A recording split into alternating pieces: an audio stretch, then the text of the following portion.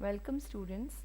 I am Dr. Deptee Warikoo from Department of Physiotherapy, Dolphin PG Institute of Biomedical and Natural Sciences. Our today's topic is Jersey finger. A Jersey finger is a traumatic rupture of the flexor digitorum profundus tendon at its point of attachment to the distal phalanx. Now we will see about the topic. This is the Jersey finger. Here you could see the avulsion or the rupture of flexor digitorum profundus. This injury occurs when a player grabs a jersey with the tips of his fingers. This causes the tip of the finger of the distal joint to get forced into extension, which leads to tearing of the flexor tendon, opposite of what happens in baseball finger.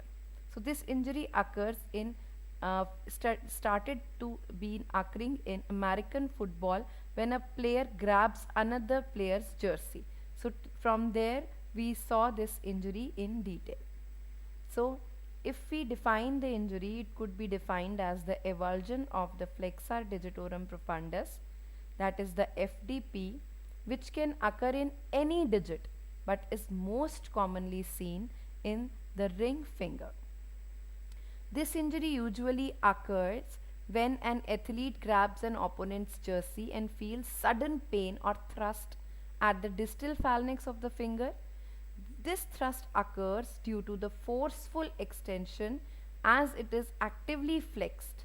Here what is happening is hyperextension is occurring due to stress which is being applied to the flexed finger. That is the basic pathomechanics what is occurring in the Jersey finger. Here you could see, we see the zones of the FDP. We see the avulsion can occur in zone 1. These are the three zones, zone 3, zone 2 and zone 1. Here the avulsion is occurring at zone 1. If we see the FDP, it is one of the deepest muscles of the anterior compartment of the forearm. It is the hybrid muscle supplied by two different nerves. Medial half is supplied by the ulnar nerve and lateral half is supplied by the anterior interosseous nerve. It is the chief gripping muscle. When the wrist is extended, it is the sole flexor of the distal interphalangeal joint, that is the DIP joint. So what happens? In the injury, majority of the injuries occur mainly, as I told you, in the ring finger. Okay, so that is due to avulsion of the tendon. Okay, now let us see the types of injury of FDP. Leddy and Packer in 1977 described 3 types of FDP avulsions. These types were crucially based on where the avulsion tendon retracts, that is when the tendon is getting avulted, where it is going to go after the retraction.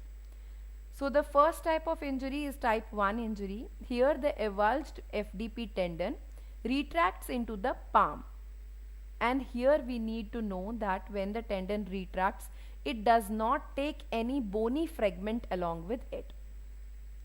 Both the venacula are avulsed, which disrupts the blood supply to the tendon.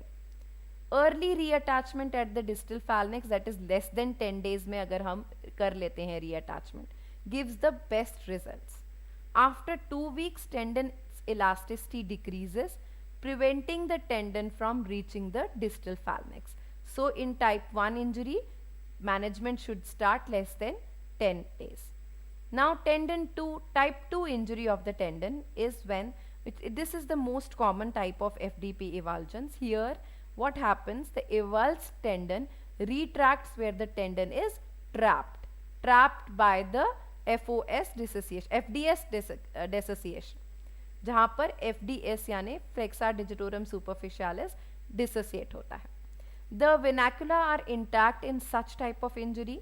The avulsion may not be involved a bony fragment from the distal phalanx, again in type 2 injury also.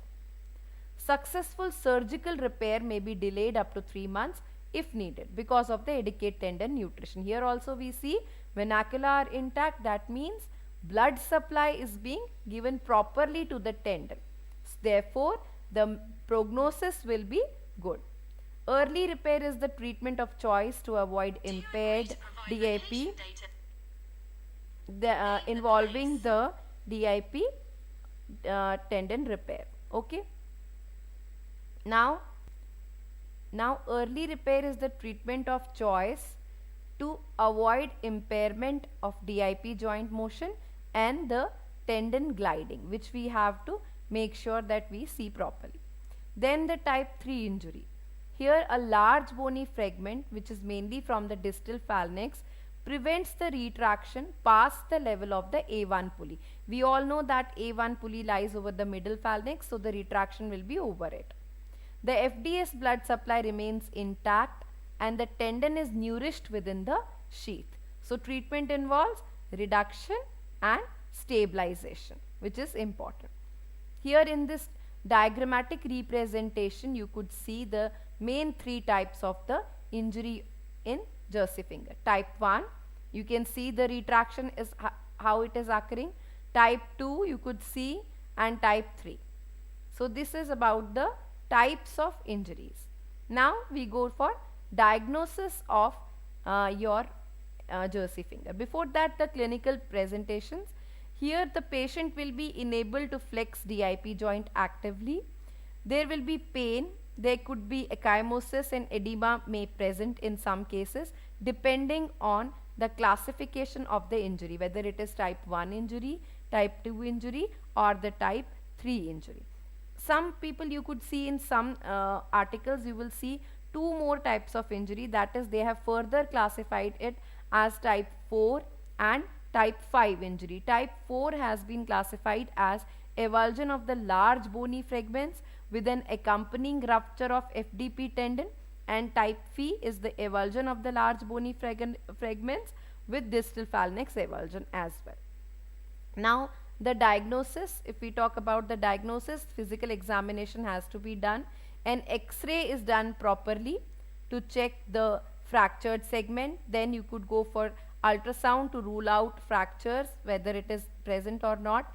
MRI can help in detailed evaluation of the injury and may help in identifying the extent of the tendon retraction. So sometimes MRI is also useful. Now this is how you could examine the Jersey fingers. Patient is unable to flex the isolated DIP joint. There is localized tenderness over the joint. FDP when hold PIP straight position and flex DIP. You could see patient is not able to maintain the positions. So these things could be done to examine about the Jersey finger. Now we move to the management. The treatment of FDP avulsion is primarily done surgically. The success of the treatment depends on the acuteness of diagnosis, rapidity of surgical intervention and level of retraction. How much tendon is retracted? So we could see that it also depends on the type of injury. Tendons with minimal retraction usually have significant bone fragments which may be reattached bone to bone as late as 6 weeks, but not more than that. Tendons with a large amount of retraction often have no bony fragments and have disruption of the vascular supply, that is the vanaculum is disrupted. These make them important for surgical repair greater than 10 days after the injury, and it becomes difficult because of the retraction and the longer healing time of the weaker non-bone to bone fixation.